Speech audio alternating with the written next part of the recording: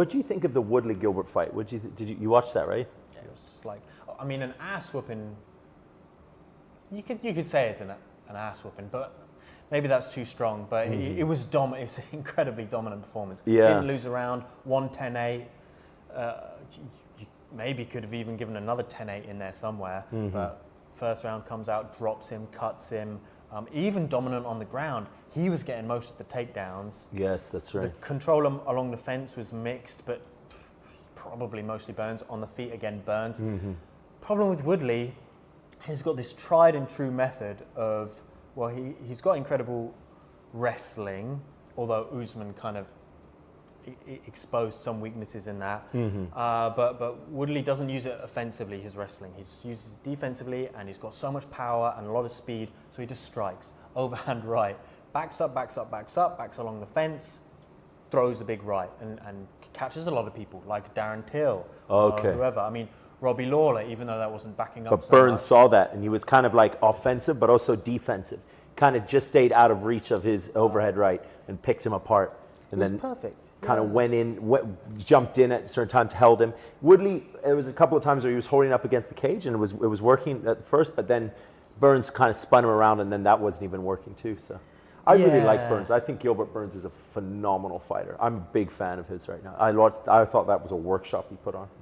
He's showing his true abilities and to stick to a game plan. And you can hear, again, this is to do with the lack of crowds, you could hear his coach, it's that really tall Dutch guy, former kickboxer.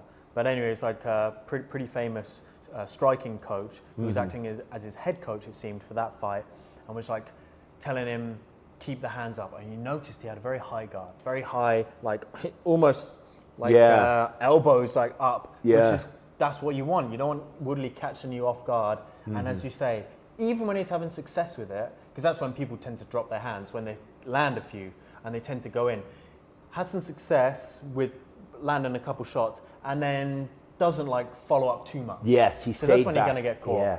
It was come in and just enough to give you that extra time. Yeah. Had a beautiful Woodley, way of staying offensive, but also kind of staying back. It's like offensive, defensive strategy. I loved that. It was really good. Really kept Woodley on his toes by shooting in every so often. And since Woodley's already got his back against the fence, there's no mobility then. You can set up counters, but you can't be so mobile. You can't move off so easy. You can't do a lot of things, and it's obviously harder to defend the takedown against a guy who's good at using the fence, like a Nurmagomedov or something, who gets mostly all his takedowns on the fence. Yeah, speaking of Nurmagomedov, him and if he's up against a really good striker, right? Right? So really, like if you're looking at Justin's striking, I don't know, what do you think, how well do you think he's going to fare?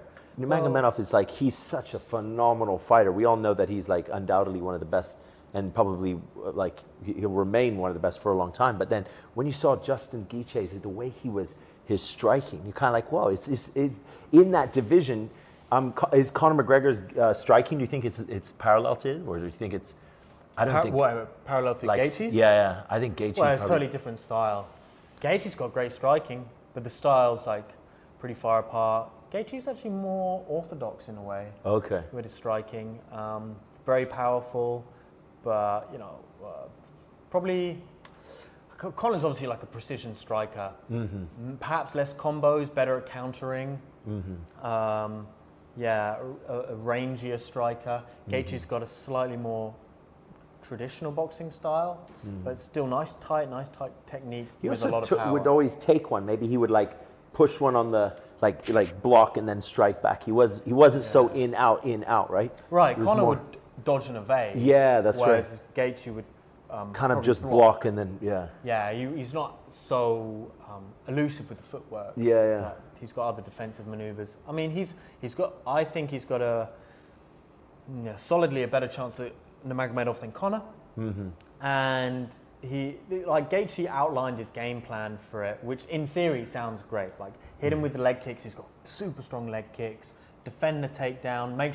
Using footwork again, like I say, making sure he's not backed up. Okay. Staying in the ring, because if you're in the middle of the cage, that's where Nurmagomedov has less chance to take you down, because he's always trying to push you back against the cage and wrestle from there. The problem is, like, as good as that sounds, and Gaethje certainly has a chance to KO him, but everyone has the power to KO him if they get a clean shot with these strikers like a Poirier or whoever, Michael Johnson, Conor McGregor, of course. Yes. If they hit him square on the chin with the right force, they're going to knock him out. But you get Magomedov's just like almost ferally aggressive with the way, and he's got reckless abandon because he knows he can just kind of come wild at you, and as long as he's pushing you towards the outer edges of the cage, pushing you towards that fence. Then he'll eventually get his hands on you, and once he's got you, then you're fucked, right? Then he doesn't even need to have like the perfect shot, even though that helps. But once he's got his hands on you in any fashion, then okay, now he can start working. And he can grab you and rip you apart, right? Get you in the scramble. Yes. Or get you in a situation where you're pinned against the cage, rather. Yeah. So, I mean, that's exciting. Lightweight and welterweight, they've always been the most stacked divisions, and that's as true now as it ever was. That's right, And people like Gilbert always the Burns most make it more entertainment. exciting. And Gaethje, because damn, that was a good win. That was such a good win, That was a great win, It's phenomenal. I think that was it was one of the most entertaining fights of this year, but we haven't had many fights this year. He was not a betting favourite in that, I don't believe. That's right. Ferguson. What'll happen to him now? Where will he go? What's his plans? Well, people say, oh, he's done. He's not done. I don't think he's done. You can only tell, I think, by his next fight, though, to see how badly that affected him. He seemed to have a really good attitude after the fight. Yeah, that's right. He was just like, because he said, I just trained for a wrestler. So I wasn't expecting to have such heavy striking. So could be that, and the whole Imanari roll thing, kind of controversial. But I accept the fact that because he did that later on in the fight, he just ain't got the speed to start doing groundwork. Like from any sort of distance like that. But also, I was going to say back to those betting odds. One thing that interested me about the UFC 250 card, the guy on it, Neil Magny, in his last fight. We saw that against the Chinese Li Jingliang. That was Magny's last fight. All right. And I was at one of these local pubs watching it here Sunday morning, and I knew, like, going into the fight that Magny had an advantage. So when I was looking at those betting odds that had Li Jingliang, who is, I'll give him his props. So he's a great fighter. He was the favorite. Well, yeah. Li was the favorite, and like I say, he's a great fighter. But against Magny, who's got the ranginess and excellent cardio and excellent grappling pedigree, I feel like, though, I don't know what was up with those betting odds, and sure enough, Magny put on a dominating 3-round performance in that. What happened to Li Jingliang now? He's lost his last fight. So, I mean, what's he... Yeah, I mean, because to lose against... I mean, Magny's amazing, but Magny, at that time, wasn't a top contender, and still needs 1 or 2 wins before he's 1 or 2 more, even after this card, before he's there. So the fact that Li Jingliang lost to him, this doesn't spell good news. That puts him back a long way, just to be brutally honest about it. He's got like a long path now to get back into contendership. He would need, of course he could do it, but he'd need like, a couple KOs against like solid competition before he's back in there. Before he's back, What did you think of, what was it, Song Yadong? Was it Song Yadong? Well, now that's like that cheeky win. Kind of, they've already got a champion. China now has in Zhang Weili. That cheeky win where they gave him a cheeky win. His last, the split decision, right? Ooh. Wasn't really right. It wasn't like, you wouldn't put it in like top 10 worst ever, I don't think. But it was pretty bad just because that final round, he looked not good. So I was even watching the stream, I was watching a Chinese stream, it was all Chinese fans. The chat was, and they're usually fervently patriotic. What did they say? Behind the fans, behind their fighters. But in that case, they were even like, how did that happen? That was like, they were like awkward. How do you explain that? How do you explain that kind of a result, though? Well, I don't think it's really the case where the money's in China, so they want another rising star, and this guy's KOing people, so we want to build him up for the money. I'm not that pessimistic. Or, Pessimistic. Oh. Yeah. Let me check. But I would say that the judging was just horrendous. I just think it's bad judging. And it could just be to do with the fact that they gave him 1 and they gave him 2. And from that, they just decided to give him the win. But then the round 3 made it look bad for Song Yadong. Yeah. But still, it was just a bad decision. What can you say? But not the worst. Yeah, it was just a bit of a disgrace. I don't know if they're trying to like, if the reasoning that they're doing that is to like promote, obviously China MMA, but yeah, it just didn't seem right. It's because it's. No, I don't think there's that. I'm not that skeptical. Like, there's not that much. I don't necessarily. You don't think it's that corrupt? In boxing, yeah, and in MMA, and sometimes, yeah. Like if you look back, especially in Pride days, oh my goodness, some of those people like literally falling into heel hooks. Like you see some fights where a guy's in side control or half guard, smashing him, and then he's looking up at the clock or something. He's like, okay, now it's time, and he just crawls back into full guard and gets himself like caught up in a sub. It's like, okay, yeah. Yakuza, you know, they sent you a bit of money. But and same thing in boxing till this day. They've been mad corruption and dodgy stuff. But I think that one was just judging incompetence rather than nefarious activities. Okay, yeah, that's fair to say. Just people kind of calling. I mean, they're just it's points, right? So they're just little. They don't quite have the points right, and then because kind of misreading the fight a little bit. They were probably like playing Candy Crush whilst watching the. Even Rogan commented on that maybe last year, a few events ago. He was like, "I'm looking at a judge right now, and he's not looking at the screen. He's not looking at the mobile phone like I'm doing now." And he's, So that was could probably be something like that. And I, in a way, the 10-point must system, because it's quite outdated, and you score it round by round.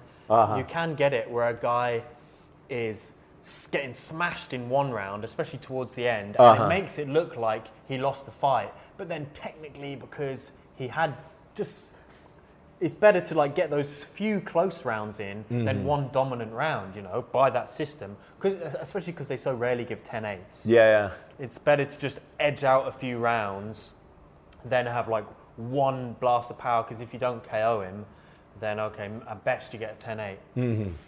But you still lose the fight if you lose in the other rounds. That's right, yeah. All right, so final thoughts on 250? Okay. So we'll go through the entire card, give your prediction. And then the last one is, this is actually a very good fight. Yes, it's a guy who, Sean O'Malley. Yeah, man. Love this dude. And he's incredible. I love this Eddie guy. Wineland. Yes. Who, that's an example of what I was saying, where a guy picks up a lot of losses, but it's deceptive. Oh yes. Oh yeah. And so Sean O'Malley, and for the final of the main card. Yeah, but I wanted to quickly mention about the bantamweight. I was thinking, as we were talking about like the vacant title and things, I was like, wait, it's not going to be like Garbrandt yet, is it? I was thinking, and you know what? Is Jose Aldo. Jose Aldo, yes. It's already set, man. It's already set. They're going to be facing off for the bantamweight. So, the crazy thing is, Jose Aldo's not that old, but you feel like he's old because he's been fighting for so long. He was the champion for so long, undefeated for so long too. McGregor, whooping ass in the featherweight division. So even though he's only early 30s, I believe. He's the reason why I think Peter Yan takes that fight is because he's got the mileage of like early 40s. Fight years. I mean, he still looked good against Marlon Moraes, I think he fought, and he TKO'd the Lil Heathen, right, with a body shot. So he's still fast, he's still got power, but just the tear you see Peter Yan's on, I got him in that fight for the vacant bantamweight title.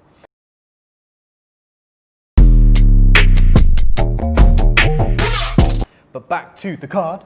Sean O'Malley. Sean O'Malley, yeah. Your guy. I just like how dynamic he is. How he's sort of the Spider-Man, you know, Spidey style. You know, dude, he's flips crazy. a kick here. I mean, he's like built like even super more like a lengthy, spider right? than a. Dude's like almost the same height as me, and yet he's fighting like way down from obviously the way I am, certainly from the way you are. Yeah. So yeah, he's a lanky dude, but he makes it work, and he doesn't like power either. He's been KOing people. Even back, he's bulked up a little bit since I remember seeing an interview with him. I think it was on Rogan's again.